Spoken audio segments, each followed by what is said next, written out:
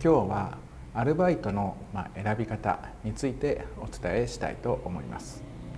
まず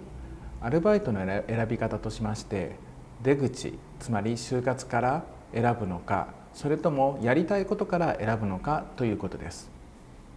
どちらも方法ではあるのですが、当然就活を意識して初めからアルバイトを選ぶ方が就職には有利になります。その代わりやりたいことから選ぶと、それによって自分の知らなかったことを一面を知ることができる、そういったことがあります。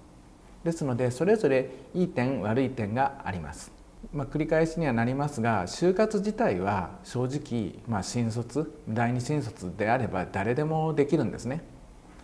で、就職することを目標とするのは当然として、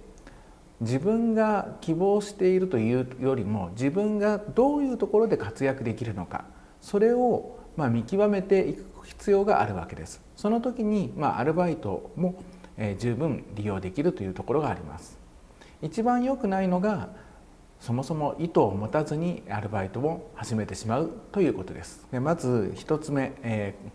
攻撃型というふうに名前を勝手につけましたけれども、バイトを出口、就活から考えて選ぶ場合ですね。この攻撃型というものは、このメリットとしましては、就活には非常に有利にはなるんですけれども、自分の進みたい分野や業界が分かっている時ではないと使えない方法です。理系の場合は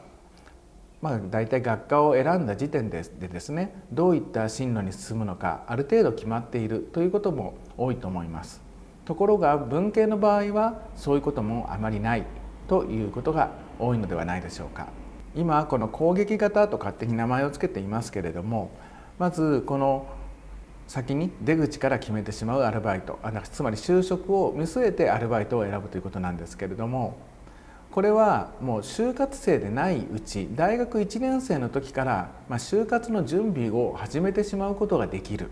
とも言えるんですよね。で、就職化してからもそうなんですけれども、こういった先を見据えてですね、年単位のプランを考えて実行していける人というのは本当に強いです。私が攻撃型と言っているのは、他の人を出し抜くだけの経験と対策を立てているわけですので、何も考えずにアルバイトをやっている人よりも相当強いわけですね。これは就職してから、もう今強いと言いましたのは、そもそも多くの人は目の前の仕事をこなすのが手一杯でですね、そのうちだんだん、年に応じて役職をもらって、年を取って給料も上がって、そして定年退職するというところなんですけれども、特にやっぱり上がるのが早い人っていうのもいますね。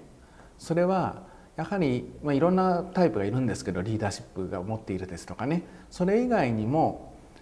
先を見据えて手を打っている、つまり何年後かにこうなるだろう、だから今からこういった情報を集めていこうとか、今からこの準備を進めていこうとか、今からこういった人脈を作っておこうというふうに、そして時期が来た時に今こうだっていうふうに出すんですね。こういったいわゆる先を見据えて年単位で考えて仕事で成果を出すという、こういったことができる人というのは非常に重宝されます。それと同じなんです、この攻撃型というのは。で、今言ったこの攻撃型でアルバイトを選ぶ人というのは、アルバイトでも非常に評価をされる可能性が高いです。なぜならば、自分が例えばこういった分野に進みたいから、このアルバイトではこういったことを得ようという意図があるわけです。そしてそういう目的がある、意図がある人は、単純に自分の持っている時間をお金に変えようではなくて、得られることが多くなるんですね。意図がある人というのは、得られる同じアルバイトをやっていても得ることが変わるんです。次に攻撃型のこのデメリット、攻撃型っていうのはアルバイトを先に就活から考えて選ぶという方法ですが、このデメリットはないと言ってもいいです。この方法のデメリットとして本来出てくるのは、その分野に進むつもりでアルバイトも選んだけれども、実際には思っていたのと、違ったので変更しようと思う、これがデメリットになりうるんですが、実はこの経験が大事なんですね。就職する前に気づけたから良かったことなんです。就職してから転職するよりも、できれば先に自分なりに業界やその雰囲気とか、そういったしきたりを知って、あれ何か違うのではないかと知ることができたのであれば、それは大収穫です。でもそれに約2年も使ってしまったとしても、そこで意図を持って選んだアルバイトから得られることは多くあったはずなんですね。実際の就活で分野を変えたとしても、そのアルバイトから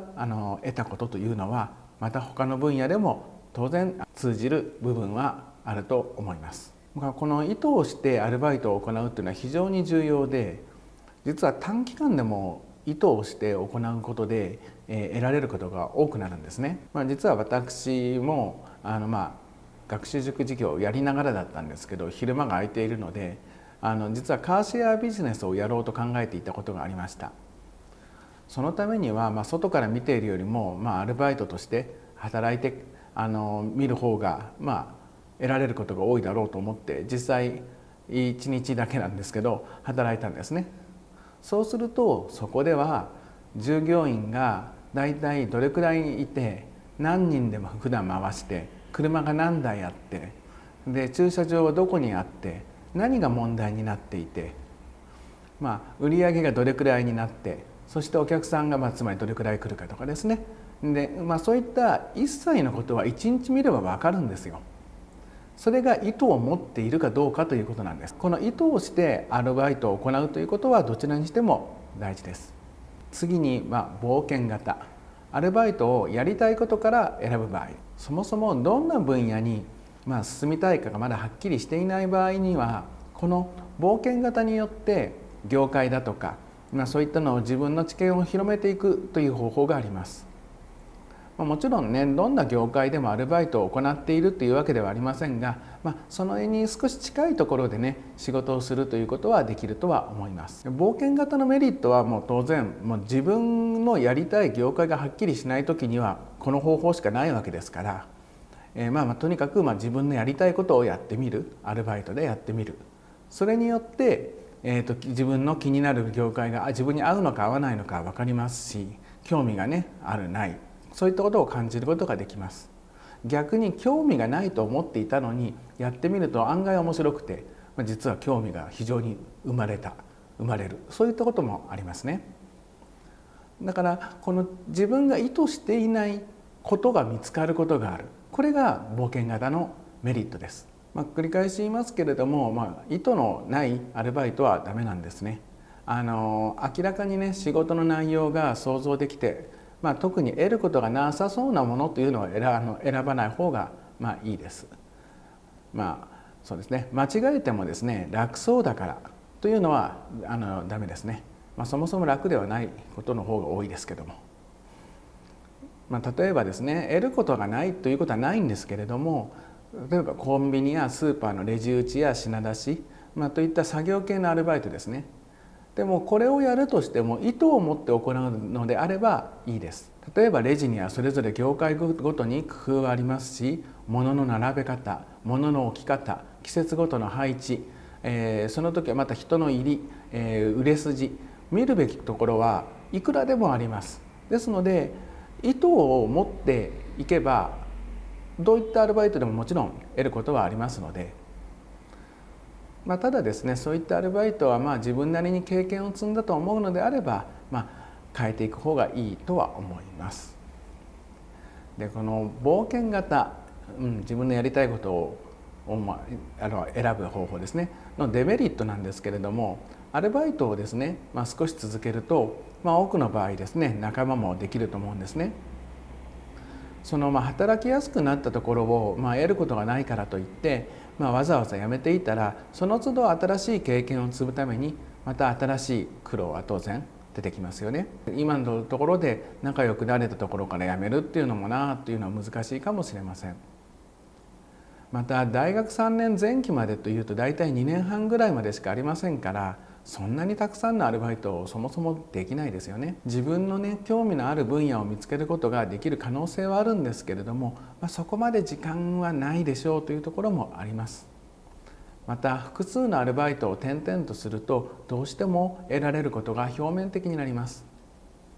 それが就活に有利になるかといえば、表現次第にもなりますが、先ほどの攻撃型タイプに比べるとどうしても見劣りします。これが冒険型のデメリットになります。では、まとめますと、攻撃型で始めて冒険型のような柔軟さを持つことが大事だと言えます。もうこの分野というふうに決まっているのであれば、もう初めからもうそれを攻撃型でバイトを選んでいけばいいでしょう。でも何か違うなと思ったら、そこで今度は冒険型のように違うところに移る柔軟さは持っていた方がいいです。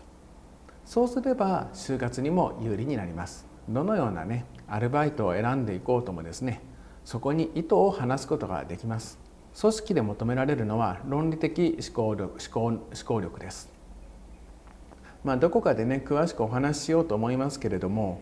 この論理的思考っていうのは、結局、人に分かりやすくね、筋道立てて物事を説明できるとか、こういった能力につながっていくんですけれども、その今繰り返し言っていた意図というのはそのパーツの一つになるんです。皆さんがアルバイトを選ぶときに何を意図して選ぶのか、これを考えてから選ぶから就活で有利になるんです。就活になってから何を得ましたか、何を得たかなって考えるのに比べるとだいぶ違いますよね。その点をお伝えしたいと思います。